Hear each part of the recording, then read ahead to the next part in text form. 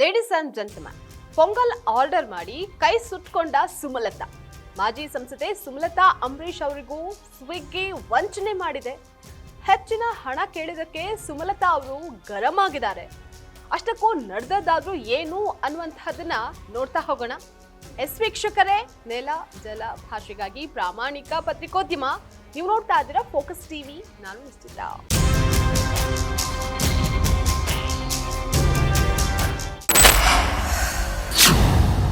ಮಾಜಿ ಸಂಸದೆ ಸುಮಲತಾ ಅಂಬರೀಶ್ ಅವರು ಸ್ವಿಗ್ಗಿಯಲ್ಲಿ ಆರ್ಡರ್ ಮಾಡಿದಂತಹ 115 ರೂಪಾಯಿನ ಪೊಂಗಲ್ಗೆ 277 ರೂಪಾಯಿ ಪಾವತಿ ಮಾಡಿದ್ದನ್ನ ಪ್ರಶ್ನೆ ಮಾಡಿದ್ದಾರೆ. ಆಹಾರದ ಮೂಲ ಬೆಲೆಗಿಂತ ಡೆಲಿವರಿ ಹಾಗೆ ಇತರೆ ಶುಲ್ಕಗಳು ಹೆಚ್ಚಾಗಿರೋದ್ರ ವಿರುದ್ಧ ಅವರು ಅಸಮಾಧಾನವನ್ನ ವ್ಯಕ್ತಪಡಿಸಿದ್ದು.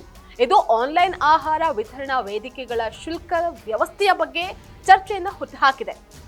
ಸುಮಲತಾ ಅಂಬರೀಶ್ ಅವರು ರಾಮೇಶ್ವರಂ ಕೆಫೆಯಿಂದ ಪೊಂಗಲನ್ನ ಆರ್ಡರ್ ಮಾಡಿದ್ರು.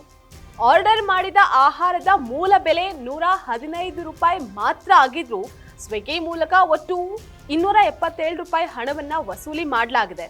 ಅಂದ್ರೆ ಮೂಲ ಬೆಲೆಗಿಂತ 158 ರೂಪಾಯಿ ಹೆಚ್ಚು. ಇದರಿಂದ ಆಹಾರದ ಬೆಲೆಗಿಂತಲೂ ಅಧಿಕವಾಗಿ ಮೊತ್ತವನ್ನ ಡೆಲಿವರಿ ಹಾಗೆ ಇತರ ಶುಲ್ಕಗಳ ಹೆಸರಿನಲ್ಲಿ ಪಡೆಯಲಾಗ್ತಾ ಇದೆ ಅನ್ನುವಂತಹ ಆಕ್ಷೇಪವನ್ನ ಅವರು ವ್ಯಕ್ತಪಡಿಸಿದ್ದಾರೆ.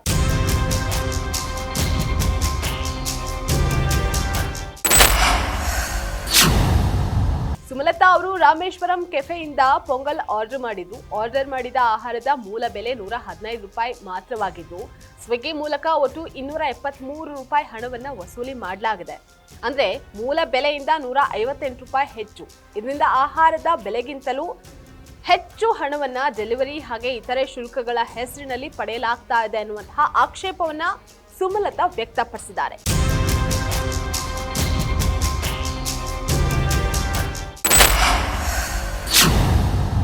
ಆನ್ಲೈನ್ ಫುಡ್ ಡೆಲಿವರಿ ಸೇವೆಗಳಲ್ಲಿ ಡೆಲಿವರಿ ಚಾರ್ಜ್, ಪ್ಯಾಕಿಂಗ್ ಶುಲ್ಕ, ಪ್ಲಾಟ್ಫಾರ್ಮ್ ಫೀಸ್, ಜಿಎಸ್ಟಿ ಸೇರಿದಂತೆ ಹಲವು ವಿವಿಧ ಹೆಚ್ಚುವರಿ ಶುಲ್ಕಗಳು ಸೇರಿಸೋದು ಸಾಮಾನ್ಯವಾಗಿದೆ.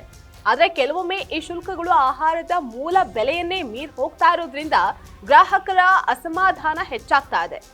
ಒಟ್ನಲ್ಲಿ ಸ್ವಿಗ್ಗಿ, ಝೊಮ್ಯಾಟೊ, ಬ್ಲಿಂಕಿಟ್ ಮುಂತಾದ ಇ ಕಾಮರ್ಸ್ ಕಂಪನಿಗಳು ಜನರನ್ನ ದೋಚುವಂತಹ ಕೆಲಸವನ್ನ ಕಡಿಮೆ ಮಾಡ್ತಾವಾ ಅಂತ ಕಾದ್ ನೋಡ್ಬೇಕಾಗಿದೆ.